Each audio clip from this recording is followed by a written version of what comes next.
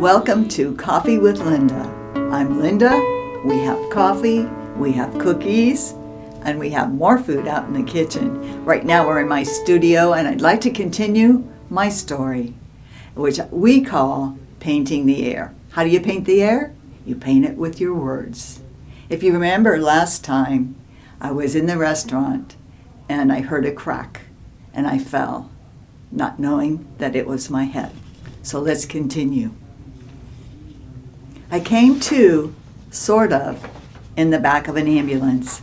An EMT was kneeling next to the gurney, and we were in the local hospital's ER entrance. The young man that was the EMT told me that his name was Craig, and that he was going to soon release me to the ER doctor. He then proceeded to ask if he could pray for me. Of course I answered, and right there, he said a short prayer and released me to the doctor. I don't remember anything more until that evening when I awakened in a hospital room. I looked over to the window and saw a large man in a white lab coat, Flagler's neurosurgeon, standing beside my husband. The doctor was holding a film up to the window and pointing. I cleared my throat, and they turned and walked toward me. What he said next was staggering. Miss Brandt, what you have is a large brain tumor in your cerebellum with tentacles wrapped around the fourth vertical of your brain stem. This is very serious, and I have neither the equipment nor the manpower to do this surgery. So we are putting you up on the 8th floor to move you to Gainesville, where they may be able to help you. On that floor is where I was told they prep patients for a helicopter ride. However, they couldn't stabilize me, so I'm told they put me in the back of an ambulance going 130 miles an hour. I'm so thankful that this doctor did not allow his ego to go ahead and operate on me. My future sure didn't look bright at this point and would have probably come to an end right there and then if things had gone differently.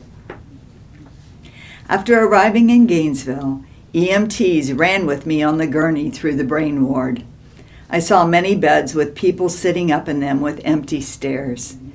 Their heads were either shaved or half shaved, and there were tubes coming out of their skulls. I felt like I was in a horror movie.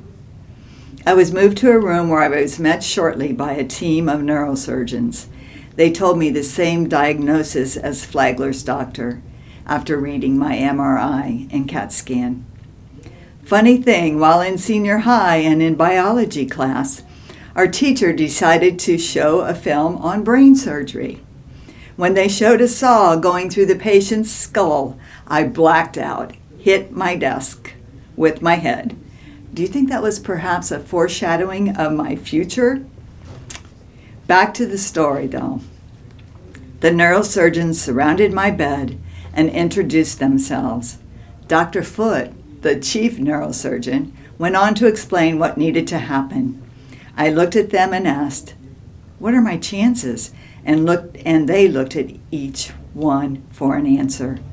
Each one replied the same. 50% chance of death, 50% chance of total vegetable. We don't know. We've never seen anything like this. I then looked directly at Dr. Foote and remembered telling him that if this is the case, I had 2 questions for him. He kind of smiled and said, "Okay, what are your requests?" I cleared my throat and said, "First, I must be able to paint. Will I be able to do that?" He responded in a soft and kind voice saying, "Only God knows if this will happen, Miss Brandt. What is your second request?" I cleared my throat again. "My second request is this. I saw those half-shaved and fully shaved heads in the brain ward, and this girl would never sport one of those hairdos." Doc smiled and exclaimed, "That I can work with." And he held true to his word, because on my final release from Shands Hospital, they offered me the strip of hair taken from the back of my head, along with a tumor in a jar. I've refused to take either one. I didn't wish to own those things. However, Had I known that 6 months later my hair would fall out, I wished I would have taken that strip. But I was soon to find that my hairdo was going to be the least of my worries. The next day, the dreaded began to unfold. And where there was once hair, metal staples held my skull together. Au revoir, stay tuned, bon appetit.